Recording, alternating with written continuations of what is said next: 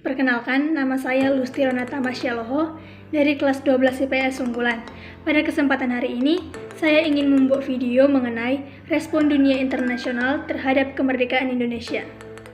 Respon dunia internasional terhadap kemerdekaan Indonesia. Ketika Indonesia menyatakan proklamasi kemerdekaan pada 17 Agustus 1945, terdapat 4 negara dan 1 organisasi yang paling awal mendukung peristiwa tersebut, yakni Mesir, India, Vatikan, dan Australia, dan juga organisasi PBB.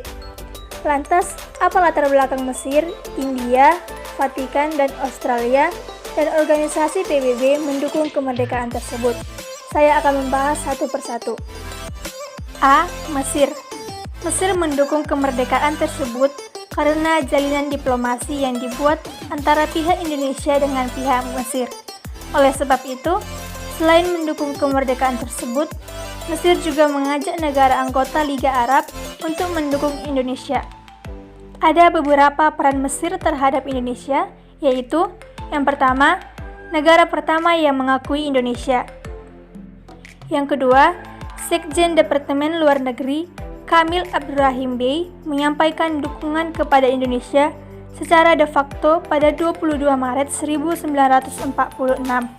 Ketiga, Mesir berhasil meyakinkan Suriah, Qatar, Irak, dan Arab Saudi untuk mendukung kemerdekaan Indonesia. Keempat, pemerintah Mesir mengakui kedaulatan Indonesia secara de jure pada 10 Juni 1947.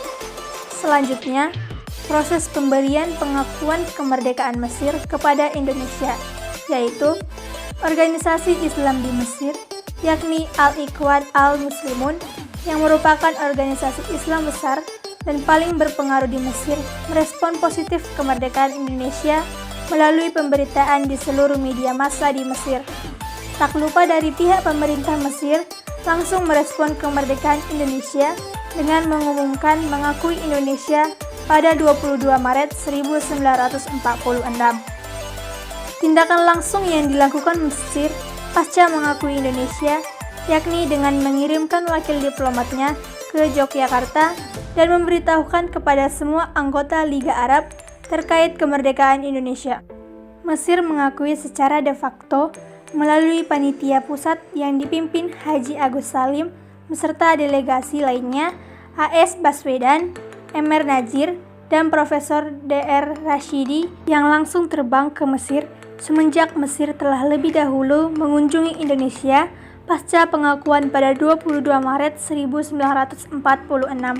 Kemudian, dari pihak Mesir telah resmi mengakui de facto wakil Indonesia yang diwakili panitia pusat. Pengakuan de jure kemerdekaan Indonesia oleh Mesir pada 18 November 1946. Setelah resmi Indonesia diakui baik secara de facto dan de jure oleh Mesir, hubungan antara Indonesia-Mesir menjadi tambah erat.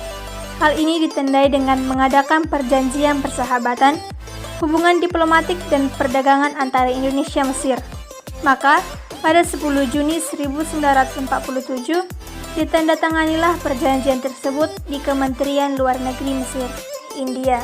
Pada tahun 1946, pihak Indonesia pernah memberikan bantuan beras saat India mengalami bencana kelaparan.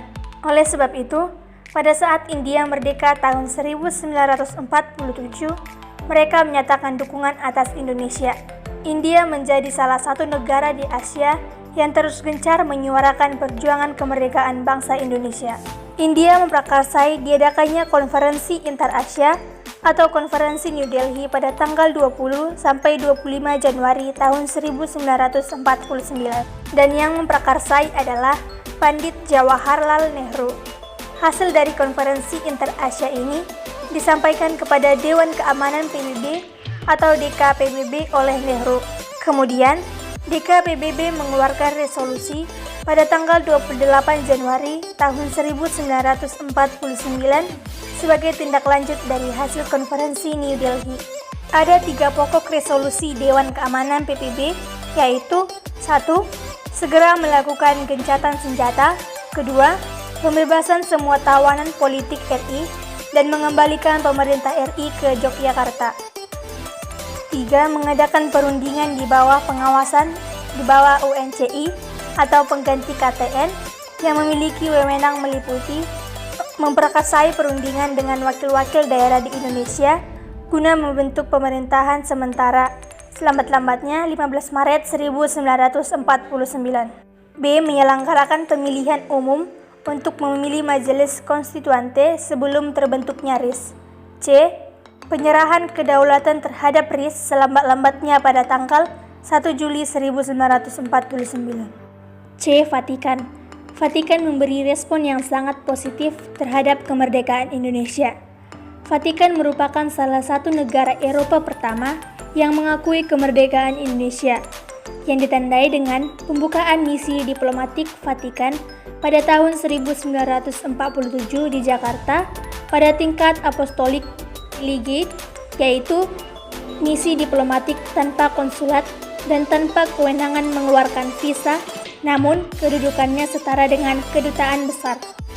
Meskipun latar belakang agama mayoritas penduduk yang menghuni kedua negara sangat kontras, Indonesia dan Vatikan berdiri di atas landasan dan falsafah bernegara yang sama, yakni anti-ateisme serta mendukung perdamaian dunia, kerukunan beragama, serta kesejahteraan dan keadilan sosial bagi seluruh umat manusia.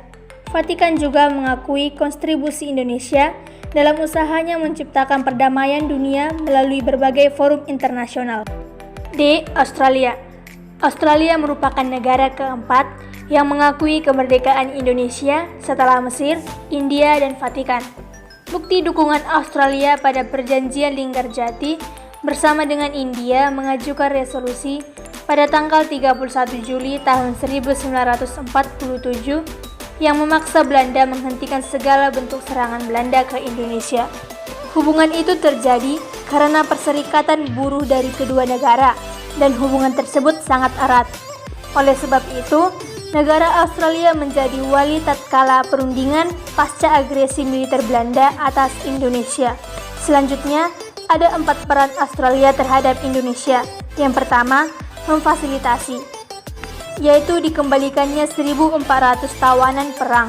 Yang kedua, duduk dalam komite PBB untuk mendesak agar kemerdekaan Indonesia segera diakui. Ketiga, menjadi wakil Indonesia dalam Komisi 3 Negara sebagai mediator terlaksananya Perjanjian Renville. Keempat, Partai Buruh Australia melakukan berbagai cara untuk mendukung kemerdekaan Indonesia. PBB. Kemerdekaan Indonesia diakui oleh Belanda melalui konferensi meja bundar di Den Haag pada tanggal 3 Agustus sampai 2 November tahun 1949. Setelah pengakuan ini, negara-negara barat dan Perserikatan Bangsa-Bangsa juga mengakui kemerdekaan Indonesia.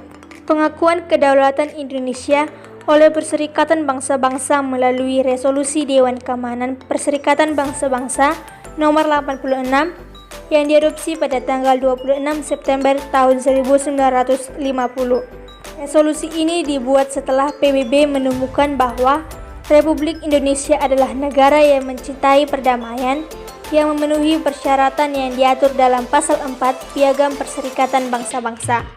Dengan resolusi ini, Dewan Keamanan PBB merekomendasikan agar Majelis Umum PBB mengakui Republik Indonesia untuk menjadi anggota Perserikatan Bangsa-Bangsa.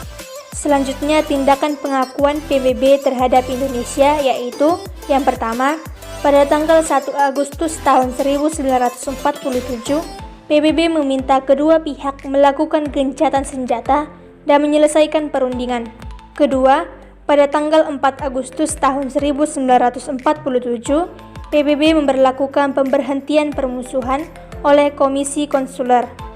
Ketiga, setelah agresi militer pertama, DKPBB membentuk Komisi Jasa Baik atau Komisi 3 Negara demi terlaksananya perundingan Renville.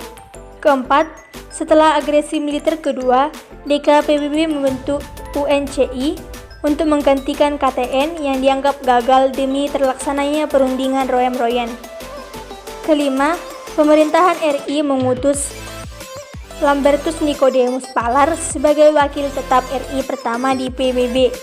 Ia berperan besar dalam usaha mendapatkan pengakuan internasional kemerdekaan Indonesia. Yang keenam, Indonesia kemudian menjadi anggota PBB yang ke-60 pada tanggal 28 September tahun 1950.